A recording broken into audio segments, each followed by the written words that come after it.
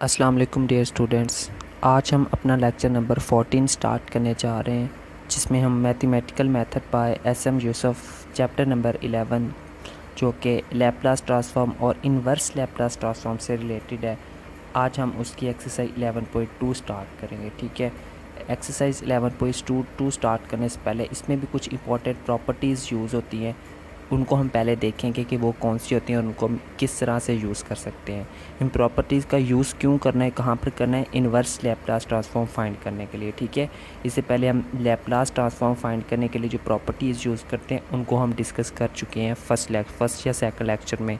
Shifting property, division property, integral property और multiplicative property, इन 4 properties को हमने डिस्कस किया था जब हमने लैप्लास ट्रांसफॉर्म फाइंड करना सीखा था।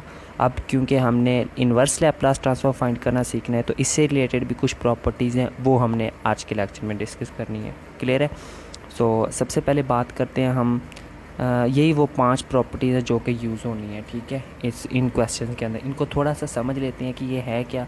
Important properties for inverse Laplace transform कौन कौन सी है। अगर हमारे पास इन्वर्स लैप्लास ट्रांसफॉर्म हो एफ ऑफ एस, यानी कि कोई भी फंक्शन है हमारे पास है एफ ऑफ एस, उसका हमने इन्वर्स लैप्लास ट्रांसफॉर्म फाइंड करना है, तो वो किसके बराबर होगा? एफ ऑफ टी के बराबर होगा। ठीक है, इसको थोड़ा सा मज़ीद डिटेल में देखते हैं। अब जब हमने लैप्लास ट्रांसफॉर्म देखा था, वहाँ पर हम क्या करते थे, एफ ऑफ टी हमें दिया हुआ था उसका हम इन्वर्स फाइंड करते थे और हमें आंसर मिलता था एफ ऑफ एस।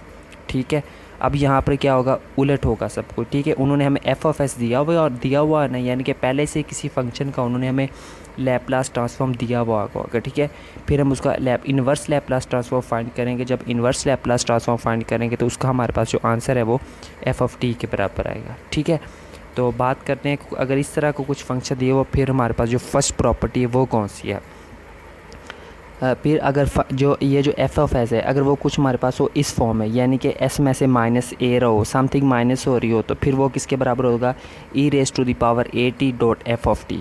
ठीक है, इस चीज़ के हम बराबर रख लेंगे। अगर हम इसके ऊपर थोड़ा सा गौर करें तो देखेंगे ये वाले जो चीज़ है साइड है, ये है शिफ्टिंग प्रॉपर्टी। ठीक है, जब हम शिफ्टिंग प्रॉपर्टी लगाते थे लैप्लास ट्रांसफॉर्म फाइंड करने के लिए, तो उसका आंसर हमारे पास किसके बराबर आता था? एफ़ इंटू एस माइनस ए के बराबर आता था। ठीक है, अब यहाँ पर देखिए इन्वर्स फाइंड कर रहे हैं तो इसका क्या है, उलट है। अब हमें उसने एफ़ इंटू एस माइनस ए दिया हुआ होगा, उसको हमें पता चल जाएगा कि एस में से कोई चीज़ माइनस हो रही है।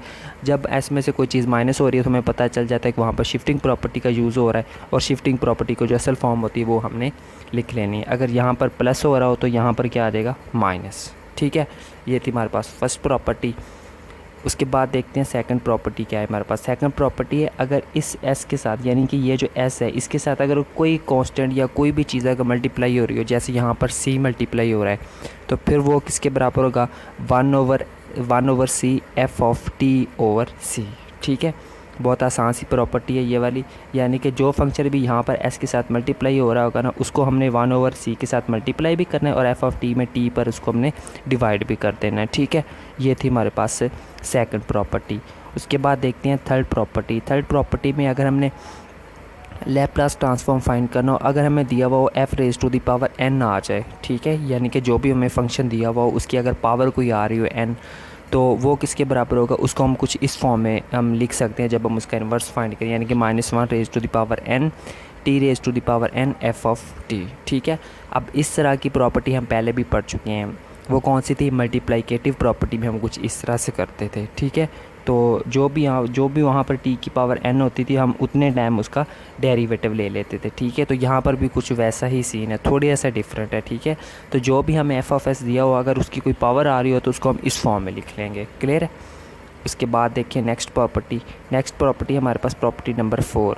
उसमें अगर हमारे पास ये जो एफ ऑफ एस है, अगर ये किसी भी एस पर अगर डिवाइड हो रहा हो तो फिर हम उसको लिख सकते हैं इस फॉर्म में। ठीक है, यानी कि इंटेग्रल ले लेना होता है 0 to infinity f of u into d u. ठीक है, इस प्रॉपर्टी को भी याद रखें, वेरी इंपॉर्टेंट प्रॉपर्टी। उसके बाद नंबर 5 की बात करते हैं। जो नंबर 5 में है वो है हमारे पास e raise to the power minus a s f of s, यानी कि अगर इस एफ ऑफ एस के साथ अगर कोई एक्सपोनेंशियल फंक्शन मल्टीप्लाई हो रहा हो, फिर हमने इसको किस फॉर्म में ले लेना? उसको हमने ले लेना है u of a into t dot f of t minus a. ठीक है, इस चीज़ के बराबर हमने इसको ले लेना है। ये लास्ट प्रॉपर्टी, इसको आप लोगों ने अच्छे से ज़ुबानी याद कर लेना। ठीक है, इसमें ये जो है ना, इसको हम बोलते हैं यूनिट फंक्शन बोलते हैं। ठीक है, यू ए ऑफ टी जो आ रहा है। ठीक है, तो स्टूडेंट्स यही थी हमारे पास कुछ प्रॉपर्टीज़। तो इन प्रॉपर्टीज़ को आप लोग इसका स्क्रीनशॉट भी ले सकते हैं, इनको अच्छे से देख लेना। फिर नेक्स्ट लेक्चर में हम इंशाल्लाह अपनी एक्सरसाइज 11.1 स्टार्ट करेंगे। सो तब तक के लिए टेक केयर एंड अल्लाह हाफिज़।